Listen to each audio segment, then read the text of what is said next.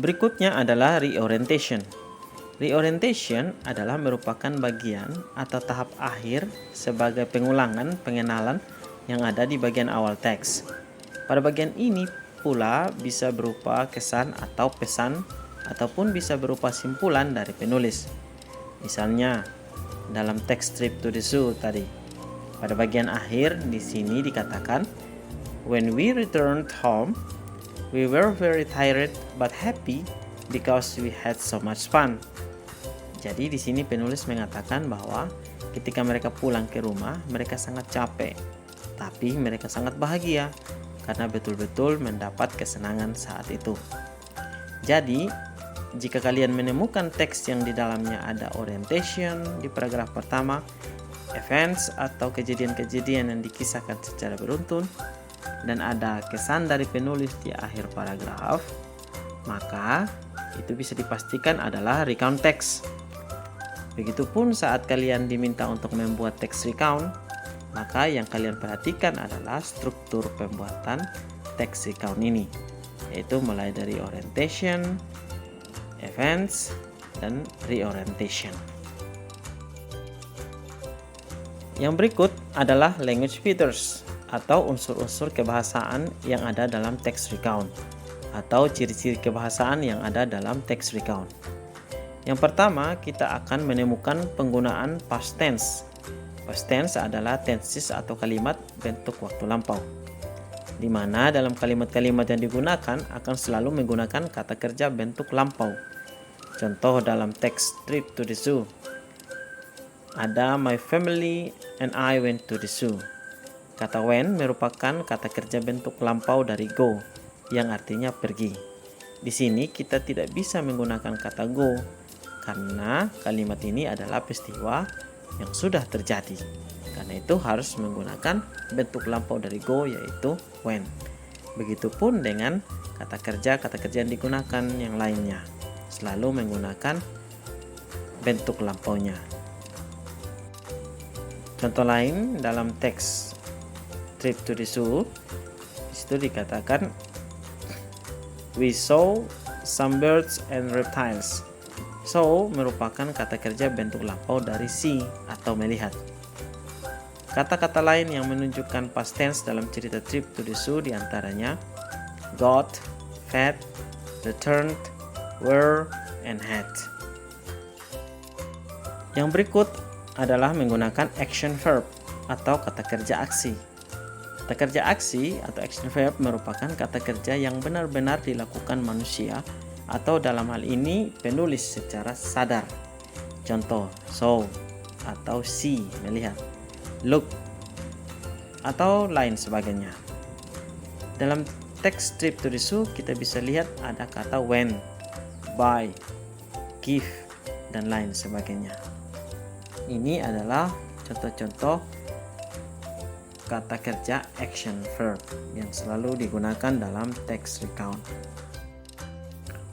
Language features yang berikutnya adalah dalam teks recount terdapat conjunction atau kata penghubung, seperti first yang artinya pertama, then kemudian, after that setelah itu, before sebelumnya, when ketika, dan lain sebagainya. Pasti kita akan sering menjumpai kata-kata penghubung tersebut untuk memberikan urutan kejadian atau peristiwa yang diceritakan dalam teks recount. Misalnya dalam teks Trip to the Zoo, kita bisa menemukan kata when, after, dan before. Yang berikut adalah adverb of time. Adverb of time atau kata keterangan waktu seperti yesterday atau kemarin, in the afternoon atau pada sore hari, dan lain sebagainya. Misalnya dalam teks Trip to the Zoo kita bisa melihat ada kata yesterday atau kemarin, at the night pada malam hari, dan in the afternoon atau pada sore hari. Dan language feature yang terakhir adalah adverb of place. Adverb of place merupakan kata keterangan tempat.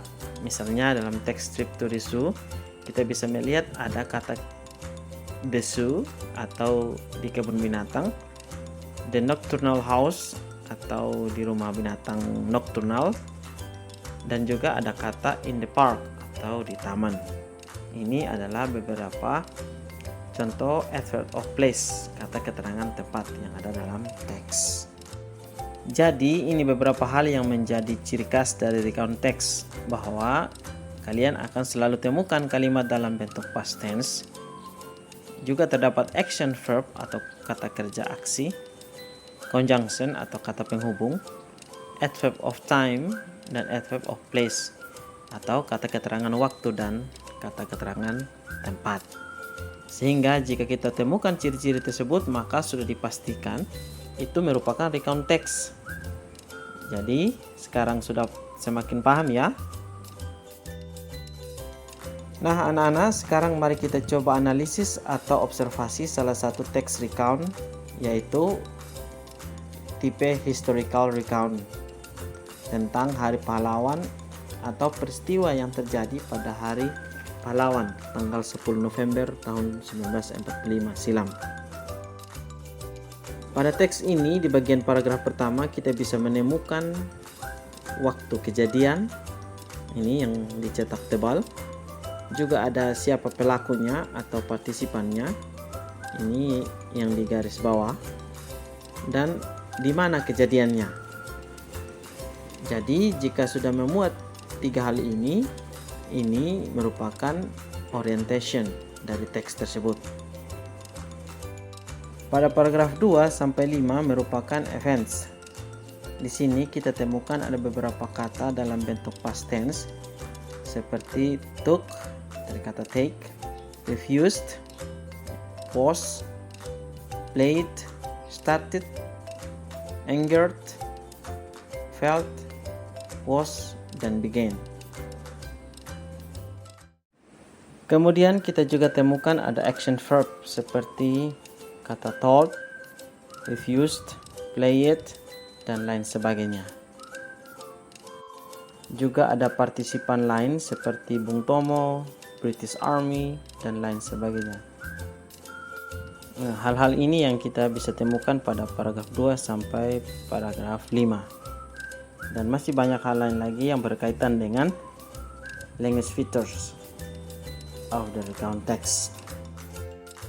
Selanjutnya pada paragraf terakhir atau yang disebut reorientation, kita bisa temukan juga ada kata-kata dalam bentuk lampau seperti caused, hampered, provoked, dan made. Kemudian kita temukan siapa atau who seperti Indonesian atau orang-orang Indonesia, dan international mass atau massa internasional. Juga kita temukan apa yang terjadi selanjutnya seperti Battle of Surabaya dan lain-lain. Kemudian ada kata conjunction atau kata penghubung seperti however. Jadi kalau kita buat tabel analisisnya seperti ini.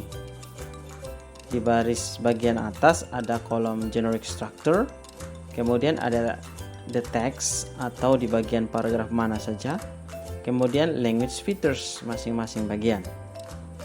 Sehingga kalau kalian diminta untuk menganalisis salah satu teks recount, khususnya historical recount teks, maka kalian bisa gunakan tabel seperti ini.